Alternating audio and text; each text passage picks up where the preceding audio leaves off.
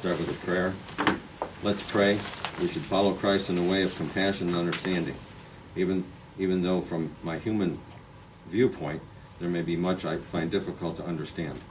Christ in me gives me spiritual insight that enables me to see beyond what seems to be and to keep faith in the goodness and at the heart of it all. Everything is going to be okay, maybe not today, but eventually it will. Trust God, hold fast to your hope. God never fails. Amen. Amen. We'll start out, Chrissy, 1 and 2. The Commissioner's Office is requesting the Board approve the minutes for the meeting of January 5th, 2021, and the minutes for the meeting of January 12th, 21. Your motion, please. I'll make the motion. Second. I'm like, wait a minute, you two are backwards. What's going on here? Commissioner Spudler. Aye. Commissioner Lennon. Yes. Commissioner DeWaring. Yes. Trying to throw you off today. Yeah. I'm like, wait a minute. Gary? Okay, on February 1st, for the Department of Job and Family Services, I acknowledge the following new hire appointments as the Director of Job and Family Services comply with the Board of Commissioners recruitment and hiring procedures. For Benjamin Turney, Program Administrator, that was a replacement position, effective January 19th, 2021. And Lauren Powers, Social Worker 2, which was a replacement position, effective December 3rd, 2021, or 2020, sorry. Check that on your notes, Kristen. Oh, okay. And then for the Department of Water Resources, approve the promotion of Robin Edmonds to the position of Operator 1 to be effective February 1st, 2021, at the rate of $22.17 per hour with a 120-day probationary period. Thank you, Gary. Adrian?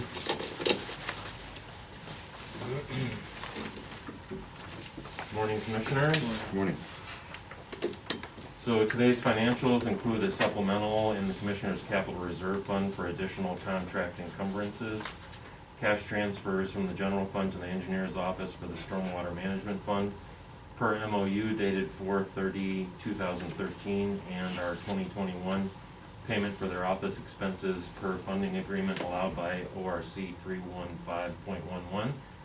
And then also from the Commissioner's Capital Reserve Fund to Water Resources for sewer and water permits servicing the new county office building. Encumbrances included then and now from Job and Family Services to Parkman Academy for child care expenses that were not previously encumbered.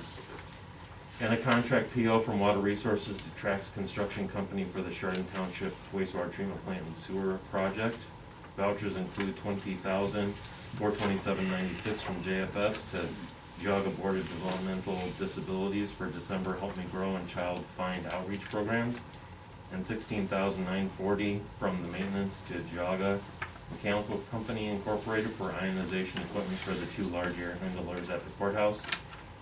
And finally, 2 revenue certifications from Water Resources in their sewer and Auburn Corners funds for additional revenue received. I'll make that motion. Second. Commissioner Spudler. Aye. Commissioner Lennon. Yes. Commissioner DeWaring. Yes. Thank you very much. Yes, Adrian. County Engineers. Good morning.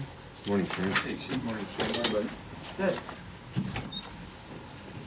Item 5 on the agenda today, County Engineer's Office requesting the board approve and execute Resolution 21-011 to improve the Riverview Drive Bridge Structure 380-0.31. This is a bridge in Bainbridge Township. The components of the bridge are failing, so we're initiating the first resolution so we can start our engineering design on that. Okay. So moved. Second. Commissioner Spudler. Aye. Commissioner Lennon. Yes. Commissioner DeWaring. Yes. Thank you. Is there any OPWC money involved with that? No, this would be a local bridge. I mean, it's possible for next year. This is just the first step of initiating our authority through the commissioners to do surveying, engineering. At this point, no outside funding is planned for it, but Okay. it's a possibility. Okay, great. Ironically, item 6 is a bridge that we are asking the board to order the bidding of the plans. We are done with our Thompson Road Bridge design, and we're ready to put that out to bid. And it does have a $60,000 OPWC grant associated with it. You Make wanna read that that motion. one, or? Second? Commissioner Spillier. Aye. Commissioner Lennon. Yes. Commissioner DeWort. Yes. Thank you. And the last item I have today is the resolution to order the application of permanent pavement markings, or polyester pavement markings, for 2021. As you guys are familiar, we stripe about a third of our roads every year, keep the white and yellow lines nice and bright, and keep our roads safe. And this year, we're including several townships. They're gonna reimburse the county, but we're encouraging them to join our program to stripe their roads as well. And by doing so, they benefit from our larger scale, get better price. So moved. Second? Commissioner Spillier. Aye. Commissioner Lennon. Yes. Commissioner DeWort. Yes. That's it for me today. Excellent. Does Thanks, that- Shane. The striping, does it include the stop bars too, like the stop signs? No, those get done either in the projects or by our forces, Okay, but they do get done regularly as well. thanks. Nick, how are you? Yep, how are you guys? Morning. Good. Items 8 and 9, the county engineer's office is requesting the board accept and execute highway easement between the board of commissioners and Lewis Tomsic and Deborah Growling Tomsic. Item 8 is parcel 01-1074000, and item 9 is parcel 01-119168. These are both for the improvements of Washington Street and Auburn Townships. They both are at the minimum of $200, and they will be extending the guards for the culverts out of the right of way for the safety of the road. So moved. Second? Commissioner Spillier. Aye. Commissioner Lennon. Yes. Commissioner DeWort. Yes. Thank you. Thank you. Have a good one. You too.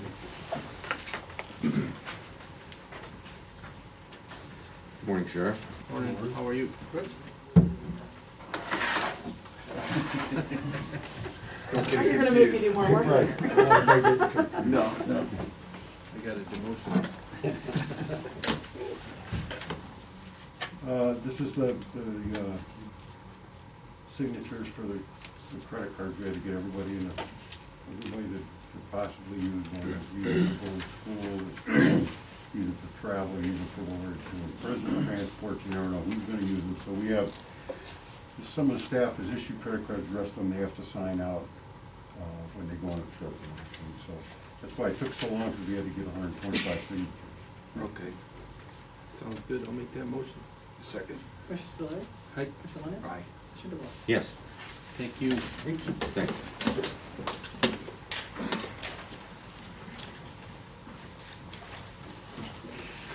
Morning, everyone. Good morning. Morning. Morning. How's everybody doing? Good, good. Well, first, I assume you all know Sarah, but am I correct? You all know Sarah Schiniger? How are She you? runs our 501c3 Special Services of Geauga County. But I also am here to introduce you to Ben Turney, who Morning. Benjamin Turney, I should say, who meet you. we just hired, who is, although we can never replace Nancy Seelbach, he is working to transition into Nancy Seelbach's position with Family First Council. So I know, Tim, you had a chance to see him online the other day. That's right. But Nancy's been gracious enough to stay on with us to help train Ben into that position, but it's a very important position.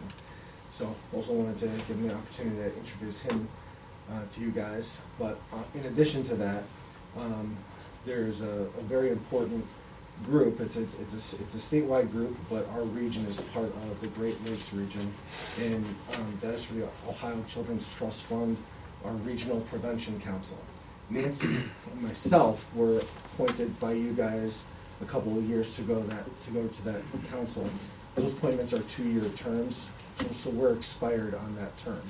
So in lieu of that, or because that happened, it is my recommendation that you appoint both Sarah and Ben, really because in most respects, their jobs are really best suited now that Nancy and I can no longer be on that, to really be on that council and serve. And these are the only monies that are in the state of Ohio that are allocated to actually go towards child abuse and neglect prevention instead of responding to it. And so being part of the Great Lakes Regional Council is it's a really unique experience, but I really think now that our terms have expired, that Sarah and Ben would be best suited as representatives to join that group, and it's for a 2-year term. So we're here today, or I'm here today, to ask you to, in support of appointing them to that Regional Prevention Council. Okay. Do we have the information thing already to make that motion? It's on the agenda, it's, Okay. number 11. Right, but you have the paperwork as far as that goes. I'll make that motion then. Second? Commissioner Spillier? Aye. Commissioner Lennon? Yes. Commissioner DeBoer? Yes. Yeah.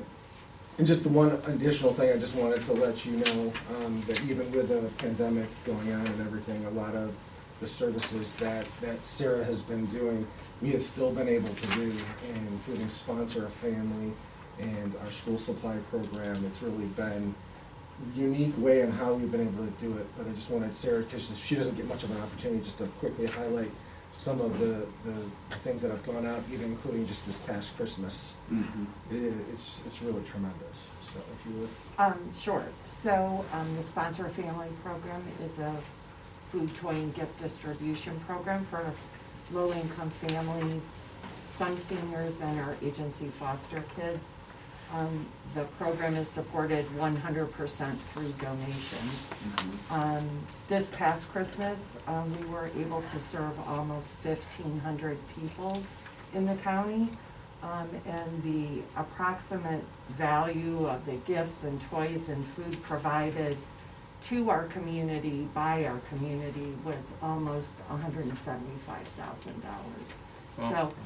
So that was pretty amazing. We did a curbside pickup of all of the toys and the food that we packed for the families. So that worked out really well.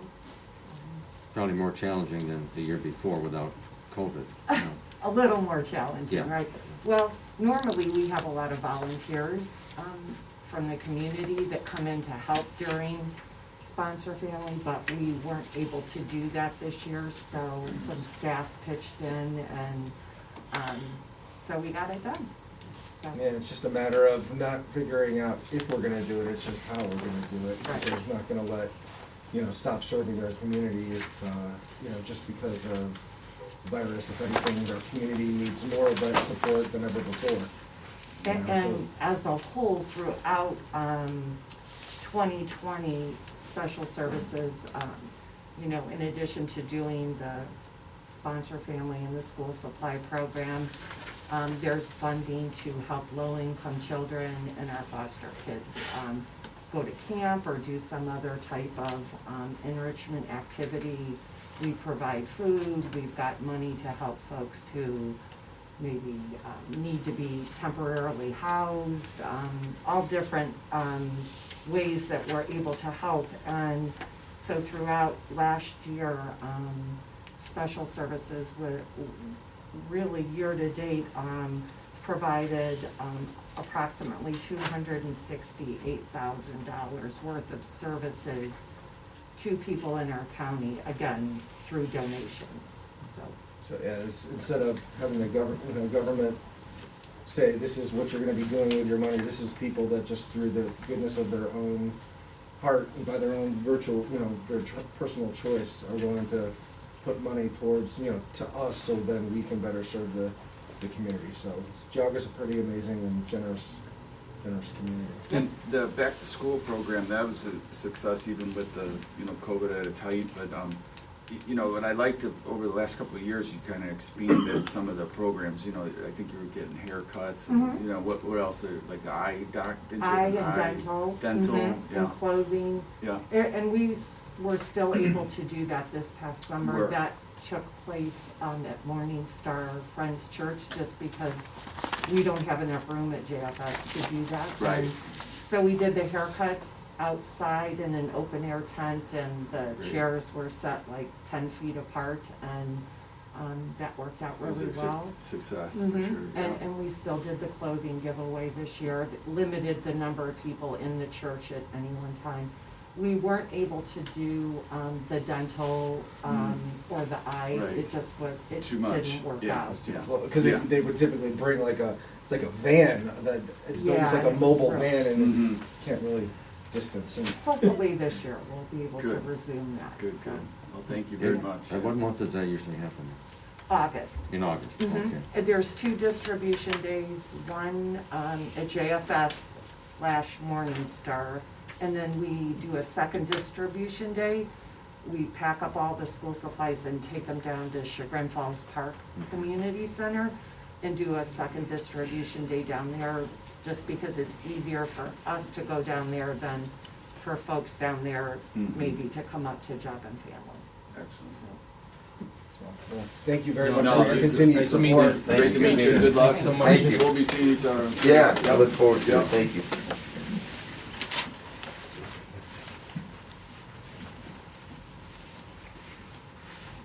Item number 12. Thank you. Good. How you doing? Good. This is, I thought we did this, but this is my fault, so,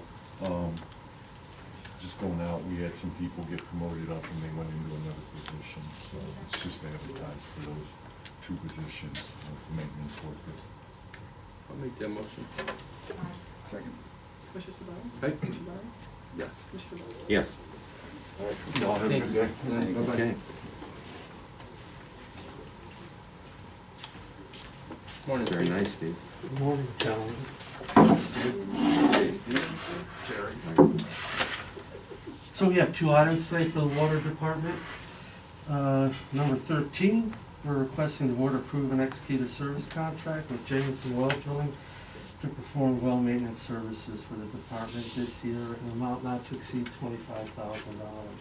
And that's for one of our wells out in the service center Mm. that we're having issues with. I'll make that motion. Second. Commissioner Spudler? Aye. Commissioner Lennon? Yes. Commissioner Bowe? Yes. And And what then- do they check on the well? Well, the well is not producing as well as we'd like it to, so we're gonna try and do some acid wash out there to make sure that it's still gonna produce enough water. If not, we're gonna have to put another well Okay, in, which is so fairly important considering a new building. You know. it's quantity, not quality? Quantity. Quantity is the Yeah, yeah, biggest. yeah. No, it's production. It's not Production. about quality of water. Mhm.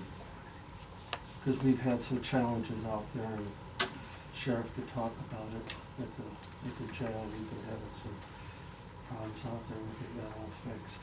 Doing also some other changes with the filter media at the filtration building.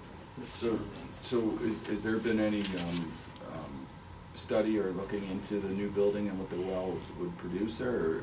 Well, right now, well, there are 2 wells. Uh-huh. There are 2 wells out there. Right now, we're fine with the Fine. water, but we just want to make sure we have more than Okay, P for plenty, as we used to say. yes. Making sure we have a backup. Okay. Okay, good. 14? Okay, we voted on that. Yep. Yep. Water Resources requesting you approve and authorize the president of the board to execute request for partial payment number 3, contractor's estimate, and the Ohio Water Development Authority Fund payment request number 3 to Trax Construction for the work at Chardon Township wastewater treatment plant and sewers project in the amount of $475,130.79. So moved. Second? Commissioner Spudler? Aye. Commissioner Lennon? Yes. Commissioner Bowe? Yes. For this payment, is all the prevailing wage sheets been viewed Yes. on the services that this amount is for? Thank you. That's it. Beauty. Thank you. Have a good day. You're welcome. Want to read 15? Yes. The Commissioner's Office is requesting the Board approve and execute Resolution 21-14 to designate the official representative and alternate for the purpose of voting at meetings of the County Commissioners Association of Ohio in 2021. There is a meeting coming up in February, so this is setting the president as the voting representative and vice president as the alternate. Are they gonna have meetings in person?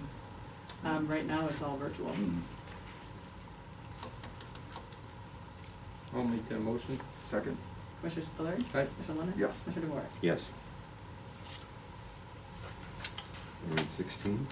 Commissioner's Office is requesting the board acknowledge and accept the resignation of Tom Willis from the Board of Mental Health and Recovery Services effective January 20th, 2021. So moved. Second? Commissioner Spudler. Aye. Commissioner Lennon. Yeah. Commissioner DeWart. Yes. So I'm not quite sure if you have somebody in mind that you'd like to appoint to that position, or if you want to put it out Yeah, we'll get to accept somebody. the applications. We'll put it out for the public. Okay, we'll do like we did for planning commission, and we'll put it on the main page of the county website with the link to the application.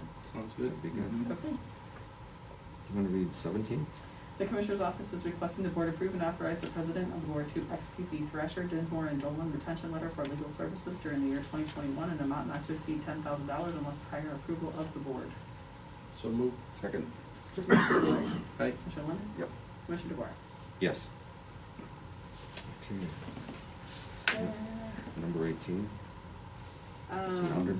Yeah, I can speak to that if you want. Yes, go ahead. All this is a correction. Evidently, when Spectrum gave us their circuit ID number on the motion you passed, Yes. was it last session? No, Session actually, it was all the way before. back in December. Okay. The This is- circuit ID they provided us was inaccurate. This was the We've since original one. discovered the correct circuit ID, and all we're doing is amending that contract. Okay. All right. I'll make the motion. Second. Commissioner Spudler. Aye. Commissioner Lennon. Yep. Commissioner DeWart. Yes. And do you want to do a real PowerPoint, or do you want to do poor man's PowerPoint? No, you can do a real PowerPoint. You just have to plug your laptop into the HDMI cable that's sitting right there, and We're pretty high tech around Are here ya? now, too. Yeah. we might as well use it. Yeah. Where's break this thing Ron, down. come on up. This is Al's number 18. Thank you.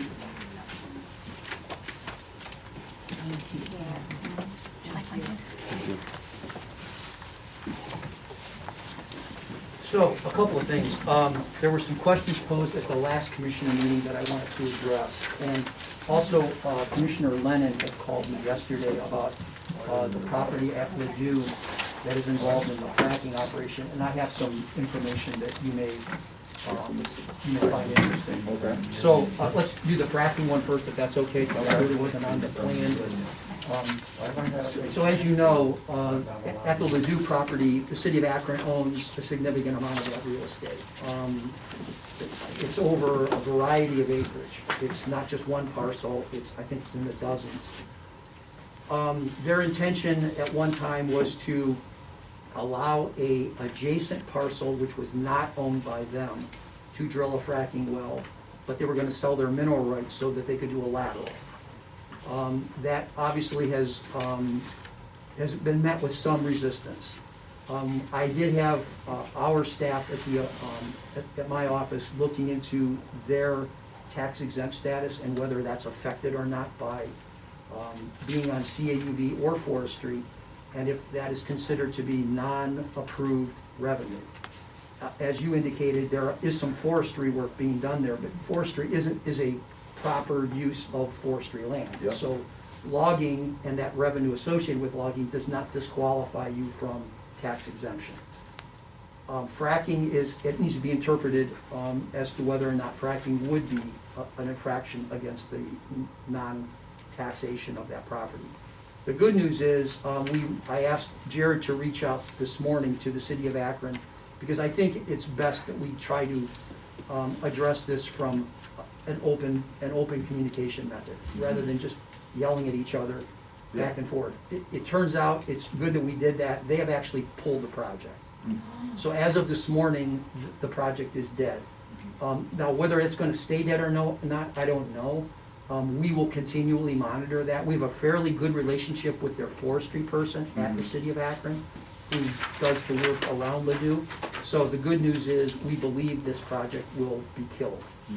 So that Okay. should go direct. So there's no effect Thanks. on the Yeah. taxation. Yeah, I was just curious as, once you enter into that, now does that change? Well, and I think that's gonna be a question of the prosecutor's Yeah. office. Is in fact revenue from a mineral right, Mhm. is that considered to be a violation of an exemption status? And for since your they're a property? government entity, does that change things? Yeah. I Well, don't and I know. think the other concern that I raised this morning in the call was, hey, if there's a breach of the fracking, it's gonna pollute your water.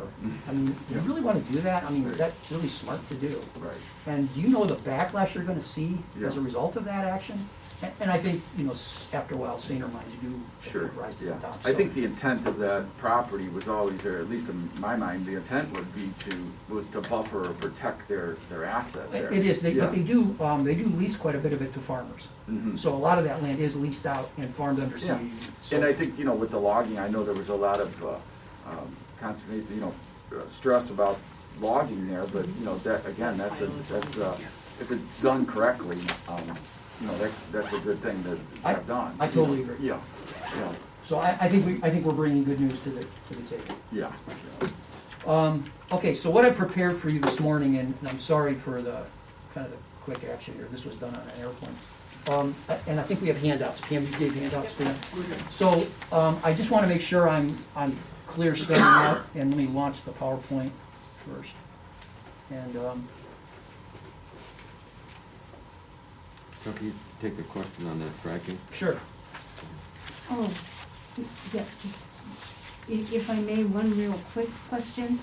The state of Ohio is the one that issues tax exempt status. They're the ones that approve all tax exemptions. Mhm. Yeah, so actually, if the tax exempt status were to be disallowed here by the county, would it actually matter if the Well, state has? We do control have, over it? if it's CAUV, we have some influence. If it's forestry, we do not have any influence. The Okay, Department of yeah. Forestry does that. So if it's a CAUV, it's our application that gave them the exemption. So if we state to the state that that CAUV application is no longer valid, then they have reason to pull the exemption status. Okay, and finally, wonder if there are any records about that land being acquired by the city of Akron through eminent domain? I don't know. No. I mean, I'm sure there are. I don't have any information. I'm pretty sure too, I just can't find anything at this point. Okay. Okay, thank So, you. what I did is, there were some questions raised about the recent triennial update, which was done at the very end of 2020 and applied to the 2021 tax base. And what I wanted to do is kind of, I identified 5 questions that were takeaways that were provided to Pam, who was here for a dog license extension. Right. So, and I just want to make sure that I have the questions right. The first question I had was, why in light of COVID were real property values updated? Second one was, why was there an increase in property values when so many people are affected by the pandemic? Third was, why weren't letters sent out to property holders advising them of the increases as done in previous years? The fourth one was, why can't relief for late payment of property taxes be granted to help people? And the fifth one is, what can be done to help people who have been economically affected by the pandemic with regard to the real property taxes? Does that capture pretty much your questions from the last meeting? I think everything but number 4. Number 4? So that was not a question? But what I'm reading into this is why can't relief for late payment probably be granted? I believe that relief would mean that we'd be giving them money of some sort, Or waiving their late fees. Waiving the late I think fees. that was- waiving the late 10%. fees, yeah. Okay, I think that's the context that I'm taking that question in. Okay, so going through these questions one at a time. Well, the reason why we did the real property update is because by law, I was required to do it.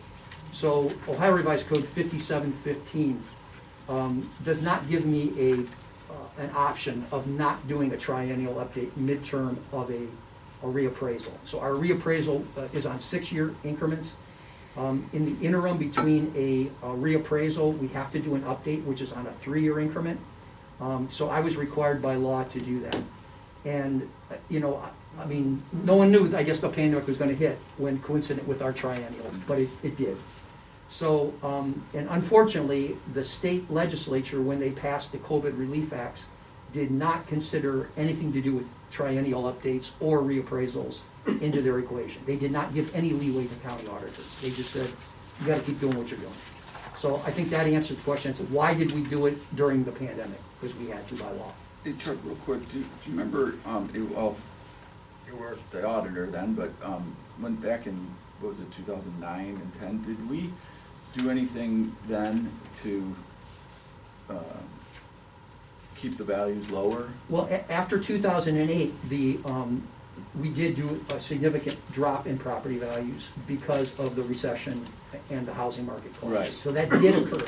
We'll address that kind of a little bit in going down the road Okay. here in the PowerPoint. Yeah, but okay, that's- sorry, yeah. That's a valid question, Yeah. and that's kind of the sting here. You kind of are getting back what you Right. got Because, before. yeah, and, you know, it's like ripping the Band-Aid off. I remember when people were coming back, you know, for reevaluations, and they're like, what in the world is this? Yeah, You know, it's- and it's like, it's- well, it's an it caught adjustment. back up, Mhm. you know, yeah. So the second question was, why was there an increase in property values when so many people are affected by the pandemic? And actually, unfortunately, even though the pandemic hit Geauga County, it really didn't change how the methodology was used to do the triennial update. It was based on sales. So, right, wrong, or indifferent, the housing market has not really been adversely affected by the pandemic. And Jim, I mean, you're a realtor. I've talked to many realtors, and they're kind of scratching their head. I mean, it's like, okay, it's If a, anything, it's gone the other. it's gone the other way. Yeah. The bottom line is, it's a supply and demand market, and right now, there is no inventory, and therefore, what does hit the market goes at a much higher price than you would normally anticipate.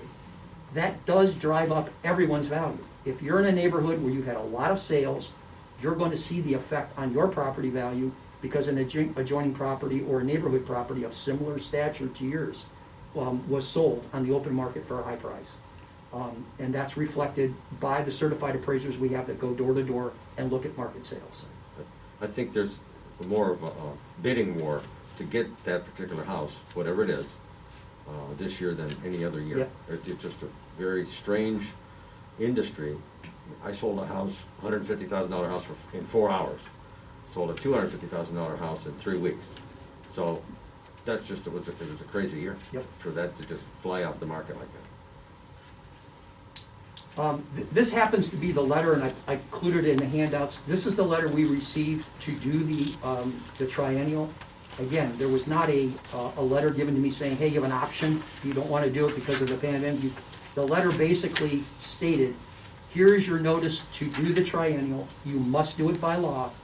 And it goes a step further. I don't know if people know this, but the state actually gives us target percentages of change.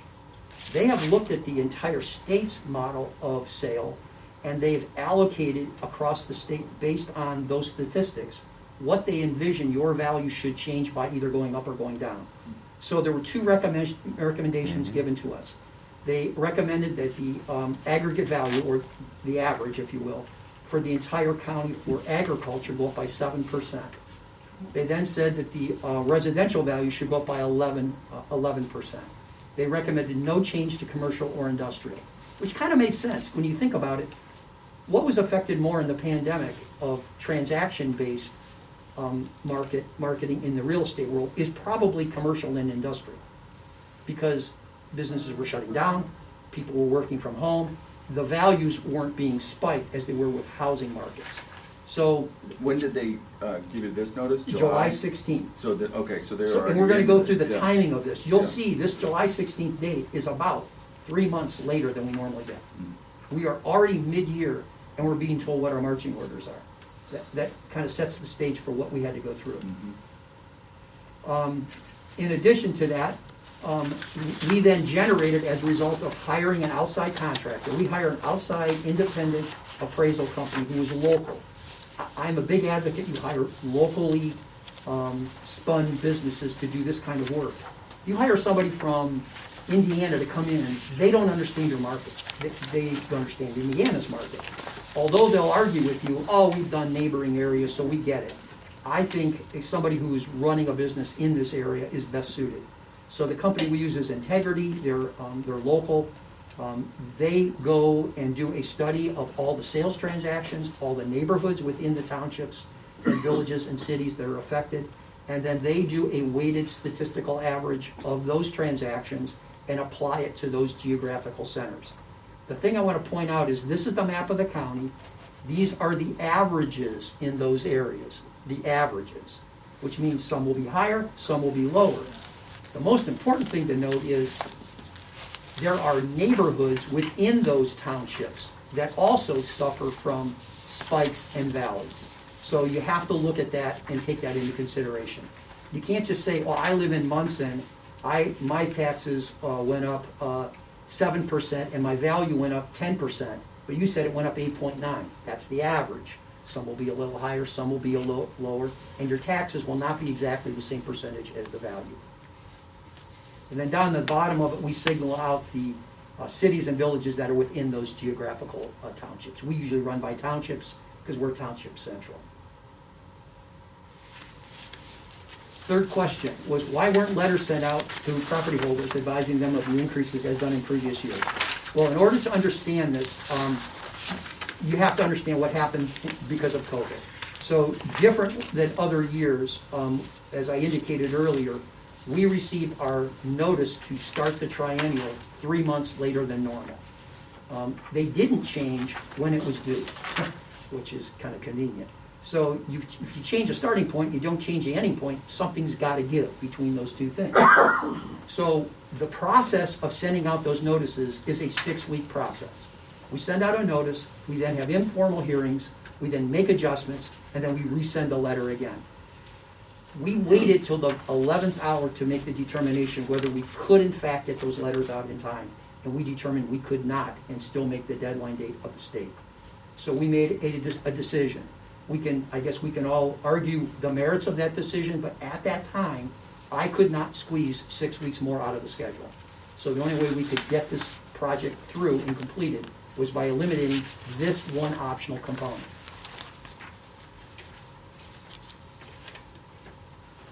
I also want to point out that I provided you this timing diagram. So what I asked my staff to do is, and it's included, it's a little easier to read on paper than on the screen, and I'm sorry for people that are using the screen. On the left-hand side, that column is last year's triennial. On the right-hand side is the last triennial we did, 2014. If you look, the last triennial, we received notice from the state to begin, that's the yellow bar, on April 7th. This last triennial, we received that same notice 3 months later in July. That's the problem. If you look at the very bottom where we sent out tax bills, in 2014, the tax bills were sent to the printer on January 15th. And if you look at where it occurred last year, we did it on the 14th. So those dates didn't change. So that's where the 6 weeks got squeezed. If you look at the part that's bolded, on August 22nd in 2014 is when we did the change letters out. We began that 6-week process in August. We made the decision that we couldn't get there from here on October 30th. We said we don't have 6 weeks. We're already 2 months late. And that's because we were 3 months late in getting notice. So we squeezed 30 days out of it, and then we had to squeeze another 60 days out of it to get it done in time. And I see there's some change in the abstract. Yeah, so we are prevented by law to notify taxpayers of value change until the abstract is approved. Mm-hmm. The abstract is what we tell them our new numbers represent. So, for example, their target for us was 11% for residential. We actually calculated 10.13. There is a chance that the State Board of Taxation will say, we don't accept 10.13. We said it's 11, we want 11. And there's some counties that got kicked because of it. You have to then go back out and reappraise the properties. Oh, boy. So we took a risk, and we said, we think it's 10.13, not 11. Mm-hmm. We submitted that, and we were lucky and they accepted it. Had they not accepted that, we would probably not have gotten our tax triennial done in time. Yeah, okay. So that should clear up why we didn't get the letters done. We Yep. didn't get them done because we didn't have 6 weeks to do them. I know this isn't your office, but have the bills gone out? Bills are up. Yeah. And should you have received them by now, you think? Well, that's the other problem. So Right. included in all of Yeah. this, and we factored that into our decision at the end of October, Mm-hmm. is the mail was running about a month late Yeah. from everybody. So now we said, we're gonna be 2 months late in sending these out, and the mail may not deliver this, so people may not get, so we put ourselves in the position of a taxpayer.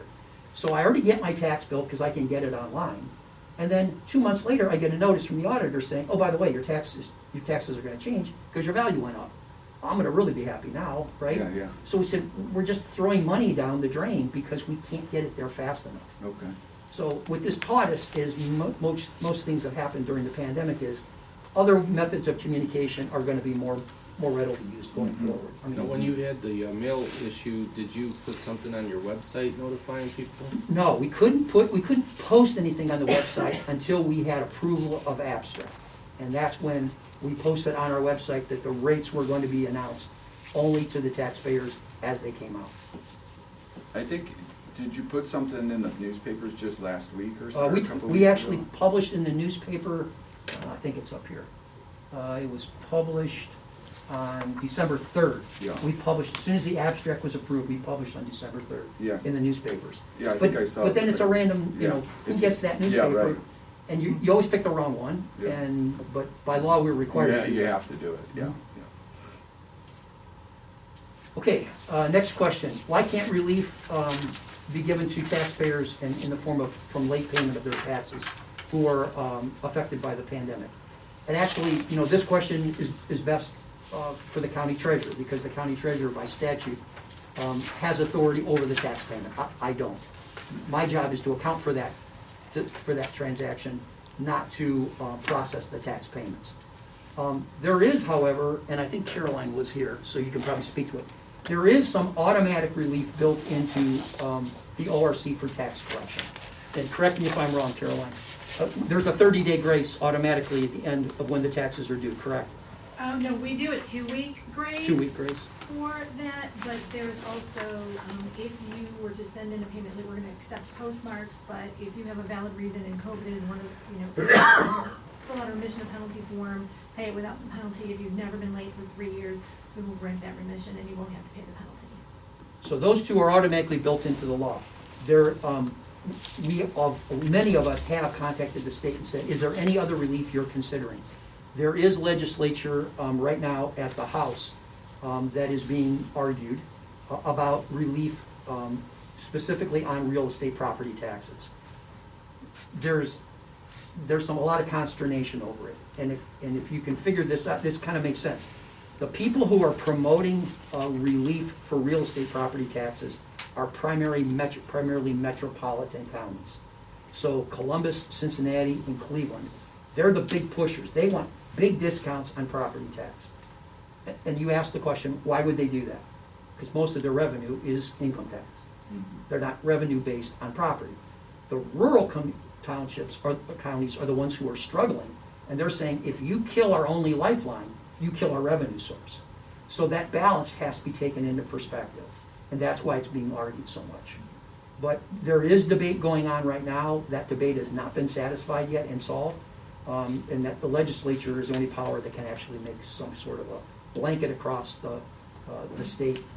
So, that goes back to my other question earlier, is that what happened back in 29 and 10? No, in 2008 and 9, Or 8 and 9. the system of updates, the triennial and the normal reval, Mhm. those automatically took care of market share. Oh, I As see. the market dropped, it followed. It adjusted to the Right. market? Okay. It followed. It was a natural phenomenon, just Yeah. like when it's going up, it's a natural phenomenon that taxes are gonna rise with the value. I see. Question number 5, what can be done to help people that have been economically affected by the pandemic? I mean, this is, you can write a book on this. So, actually, there's a ton that can be done. Unfortunately, it's gotta be done a little bit by everyone. It is kind of my takeaway. Whether anybody who's asked the public to put a tax on the ballot is a candidate to relieve that tax, not the auditor. I have no statutory authority to say, you know, it's a pandemic, we're not gonna collect that tax today. I'll be thrown in jail. The reality is, every taxing entity, townships, schools, health district, anybody who taxes the taxpayer with a ballot item can look at their books and say, I don't need all this money for some reason. Say they put something on the ballot to build a firehouse, and they go, you know what, we can go another year without the firehouse. They can delay it 1 year, and that relieves the tax burden. The challenge that hits my desk is, if somebody were to do that today, right now, how fast can I give that relief to the taxpayer? Currently, I'm strapped at doing it once a year in January when the rates are calculated. So you wouldn't see it until? You wouldn't see till next year. Yeah. I have approached the State Department of Taxation and asked, if a township were to surrender some inside millage, for example, and we want to do instantaneous relief or near instantaneous relief, will you allow me to adjust second half taxes? Ron sent that message, and that's included in your PowerPoints. Sorry. Let me, if you scroll a bunch forward, you'll see it. We'll come back to this. That's this email. We sent it to Shelley Wilson, who is our contact at the Department of Taxation. And we asked, is there any way that we can issue credits to tax bills should an appropriate taxing authority wish to do so, once the first half tax bills have been generated and mailed? The reply I expected was, no way, because we've never done that before. She actually said, that's an interesting question. We're going to kick it to our council to opine on. I viewed that as a win. It means they haven't said no yet. So we're hoping they will come back and say, collect it and then apply a discount of that amount to the second half tax collection. And by doing that, we could give mid-year tax relief, which I think would be really appreciated by people. Short of them saying that, I am stuck with January 1st being the first relief date. So, if I could... I was just back up to this Yeah. question 5, I was reading through here, and I see you've said it like over and over and over again in here, that the commissioners have the authority to take this unprecedented but responsible step to provide short-term temporary aid to taxpayers. We certainly take this action while the authority to provide residents with the relief, commissioners and other taxing authorities. I mean, I don't know what authority other than departments that fall under our hiring authority. Well, that's exactly Yeah. right. Well, you have the influence. Yeah. You don't have the authority, but you have the influence. Right. 'Cause you're the one who granted them the ability of putting it on Well, like ballot. the library, for example, we all remember that, Yep. right? And, Yep. and, you know, it was a, you know, not to go back into it, but at the end of the day, I mean, it would end up in a you know, legal battle, court case with them if we were trying to deny them from. Yeah, you know, putting that the specific commissioner authority, I think with JFS. Yeah, mental health, or, Department of Aging, yeah. You do have some influence over mental health. I mean, Mhm. because you assign people to that board and you approve their ballots. Now, since it's been approved by the vote, I mean, the voters are obviously the ones that actually, or they have decided to approve that. Now,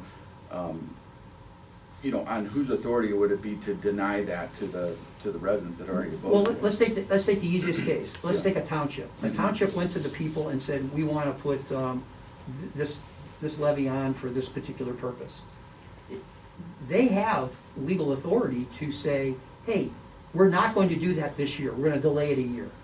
They haven't denied the taxpayer the collection, but they have looked at the financial aspects of their operation and said, we don't need to spend that money right now. I see. And it doesn't have to be levied money. It could be inside millage money. Mhm. That's what these charts are representing. I'm giving you columns of how much money inside and outside the 10 mil limitation has the ability of being influenced. I see. Granted, the voted millage is always the highest amount. I mean, if you look at, let's just take the school districts. Chagrin Falls exempted school, $1,600 per $100,000 value is their millage that's being affected people in that. You know why the people in South Russell are complaining. Yeah. I know. I mean, yeah, you're getting nailed. I mean, if the values go up by $100,000 in your neighborhood, you're seeing a $1,600 tax bill increase. Yeah, yeah. But again, so the question is posed, so should the auditor misrepresent the value of your house to drop your taxes? No. Or should the taxing authority say, you know what, enough's enough, we can't tax people until they drop that, we can't do that. I'm arguing that every entity needs to self-evaluate and say, do we really need to do this right now? I sent an email out to every taxing authority yesterday and basically asked them, please look at what you're doing, and if you can postpone it for a year, do it and give that money back to the taxpayer. And I was shocked. I've already had 3 different entities approach me and say, how do we do that? How would you help us do that? And they're all in the Western Corridor because they're the highest taxed. But I think it's true with everybody in the county. Everyone can evaluate and say, can we put off what we're doing right now just for 12 months and still do it? Mm-hmm. And that's all I'm asking. But I can't just artificially deflate the value of property and be challenged in court because statistics are, it's based on sales. Yeah. And sales are sales. Market driven. It's market driven. Yeah. You know, you said on the VOR, Yeah. you hear the Oh, yeah. arguments. I and we mean, say, the "Wait, common argument was always, you know, having to explain the difference between taxes and property value, right? That's right. That was, you know, everyone would come in and say, why is my taxes going, you know, and it's. Well, the you know, trying question to is break that always, out. you know, my value went up by 8%, Yeah. my taxes are going up by 8%, and here's why that's not a true knowledge. Right, There are taxes that are considered variable in collection rate, and they vary right with the value. Mhm. But there are other taxes which are called fixed income taxes. And those taxes are generally surrounded by bonds. And when you pass let's say you pass a 10 mil bond levy, you cannot collect more than 10 mils. So if you have if you have an expansion of value, you are still stuck at only collecting 10 mils. That's why when schools do construction bonds, and then you have more people added to the tax rolls, you don't collect more than what you put on the ballot. You can never collect more than what you put on the ballot. So as the values climb, you start to hit those barriers of a bond limiting. Mhm. And then your taxes go up by a little lower percent than what your value went up. So there's no question, values went up considerably. They would have gone up even worse if we were not required by law to do the triennial, because it would have been a 6-year gap. And I guarantee it would have been a lot more than 10%. And then people would have been screaming their values went up, or their taxes went up 20%. You know, the market is what's determining that, not the auditor. yeah, and I, you know, I think getting back to maybe the gist of the question I think Ralph was asking was maybe the surprise of, you know, the change without, you know, being able to budget for it, you know, the difference. And that's maybe where there was some rub in all of it. And I don't know if there's a way to, it sounds like if somebody comes in and applies for, you know, an extension on it, is that a possibility? They're able to do that, Caroline, on? There No? really is no extension, and No. I'd like to make a correction.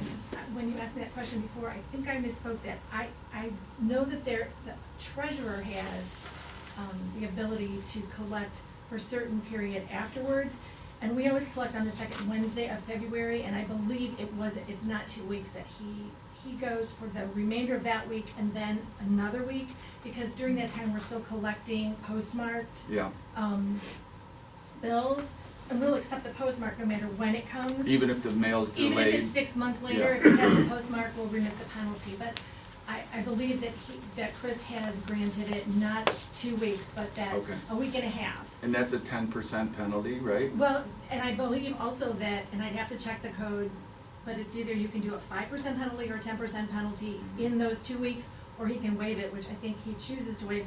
And again, he took me out of real estate a long time ago, that's what Okay. everybody else does, I'm doing the investing, but then, normally it's a 10% penalty. And as for an extension, I did talk to Chris earlier, when we were concerned that we may not get the tax bills out on time. And the Ohio Revised Code says that we have to have the bills out they had to be in the mail 21 days before the due date, which they were. They were mailed on the 21st, which is 21 days. Unfortunately, with this COVID and the mail system right now, I spent most of the day yesterday arguing with post offices. Newberry has not received their tax bills yet. Yeah. Yeah, I even got mine. Yeah. So, we put 2 disclosures in the paper, which were required also by the ORC to do, that both state your tax bill, the rates have been certified by the auditor. We're preparing the tax bills, mailing them out. They're online. If you don't get a tax bill, it's still your responsibility as a homeowner to do that. That's unfortunate because a lot of people don't see it in the paper. They may not have the internet. And I've had a lot of. So but just to be clear, everyone can go on the internet and get that. Everyone can do that. Yeah. Yesterday, we had 3 trays of mail from the people that did get their bills, and the phones were ringing off the hook, most of which were seniors, and a ton of seniors were coming in. All day was a steady stream, because those are the people that have been paying tax bills for so long, and they know that it's due, and they didn't receive it, and they're Yeah. coming in to question why. But I feel that we're going to have a lot, there's Okay. going to be a lot of remission of penalty forms, especially with Newberry, because we don't know where those tax bills are. Okay. Okay, a couple questions. Sure. Would you know what the property tax relief bill is, like House Bill, what number? Jim, do you remember Which one? the property tax relief bill that they're No, working on now? I don't know I don't know the bill number. Okay. And then, It is in the House, it's not the Senate. Right now, it's a House bill being worked. I can get it for you. and then it's real interesting that 3 entities have, replied to your, request about lowering their taxes or but in Burton Township, we had to do that at least once with the fire department because they had plans to get equipment and a truck and this and that, and they go, well, we're not gonna do that until the following year. This is about 7, 8 years ago.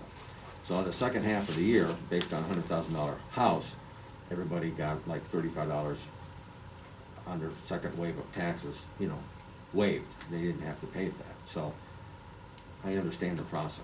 So it's great that 3 entities are approaching. One community is looking at about 2 mills being surrendered for 1 year, and that is $500,000.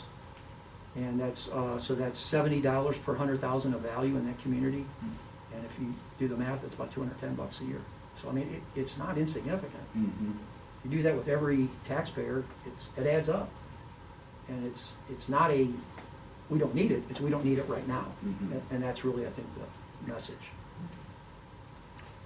Is there any other questions for the auditor? Yeah, I have one. Yes, sir. Please state your name. Alan Sagady, a 68-year resident of Geauga County, and I get services refused to me in this county. And why do I gotta pay taxes and millage on that?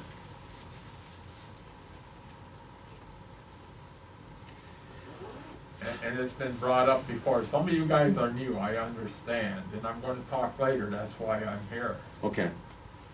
But if and you guys don't care that people do not have heat in their house properly, and plus you guys destroyed my house, and any one of you guys can come to my house and I will show you, but the other board didn't care and still don't care. And I have facts, and everything. But my question is, for the last couple of years, I wasn't allowed to use stuff from the Department of Aging. And that's one of the things I'm hearing. I'm a whistleblower on them. Some of you new guys don't know, they put out an $80,000 contract without you guys approving it. And then they stabbed me in the back several times and ripped money off of the county, and I hate when people steal money from the county. In the legal department, where they have their legal thing. Mm-hmm. But let's go back to him. If somebody can answer that question, why do I gotta pay taxes when a program I cannot use or I refuse to use, the Department of Aging? They could come out and fix my furnace tomorrow if they wanted to, but they don't want to. I have letters here for you. Well, I don't like to be threatened either. All right, we'll go back to you guys, maybe I gotta succeed from the union, but the Department of the Interior doesn't understand that either. Okay. Well, I'm willing to come to your house with somebody from the other agencies and we'll If I review that. may recommend, you could go with the lady in charge of the VA, because she was there when they botched it up the first time. Okay.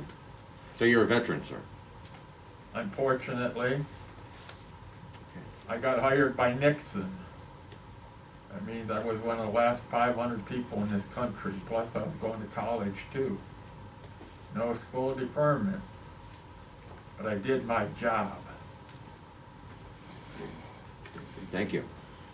I Chuck, really don't appreciate it. like that Yeah. because I got drafted out of college.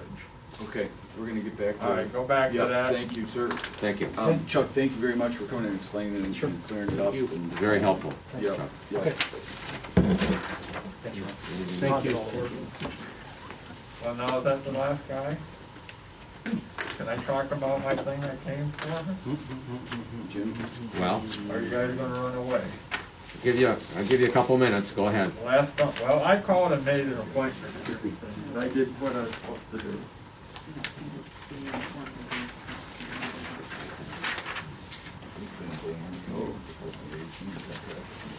Yeah. One of these for you, Yeah. one for you, one for you. Whoop, sorry. One for you, did I give you one? I think you're the only last person that was on the board last time I was here. You want one? No, it's okay, Okay. Can I sit back here though? Sure. Dead right in your face? Please. Okay. These are letters from the Department of Aging, starting back when you put in for stuff. I put in for legal help, where you get 3 hours a year for legal. Twice they charged the county, I believe, $450 and did absolutely nothing. All right? And then I got letters here threatening me, if you breathe wrong, we're gonna be talking here to the sheriff.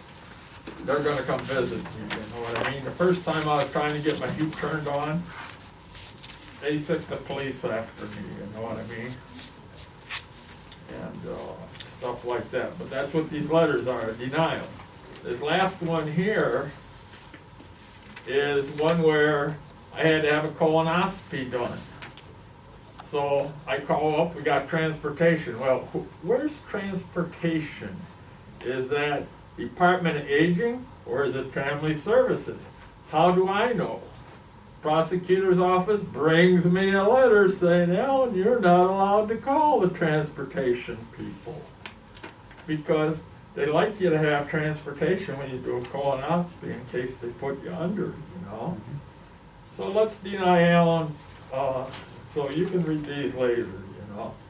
Also, this county doesn't do anything for people for rehabilitating their houses and stuff. We used to have programs here with Family Services, and then they got pushed to Community Services up there in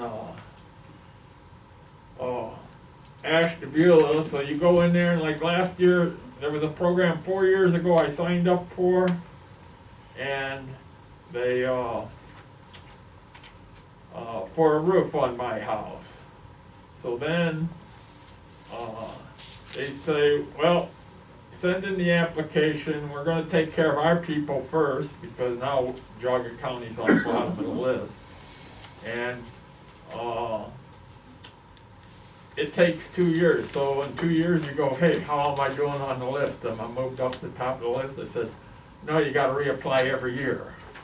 So you gotta, you know, reapply, you sign the old application where you kept that thing, and nothing happens.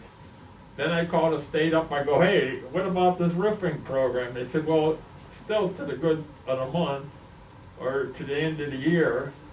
So I make an appointment, we meet at the old VA place in Painesville, like halfway to conserve money.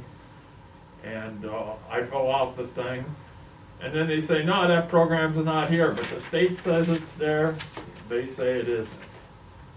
So, and then for my furnace work, they say, you can't get any furnace work done by a keep or anything, even though it's federal money and the feds would like to look into it.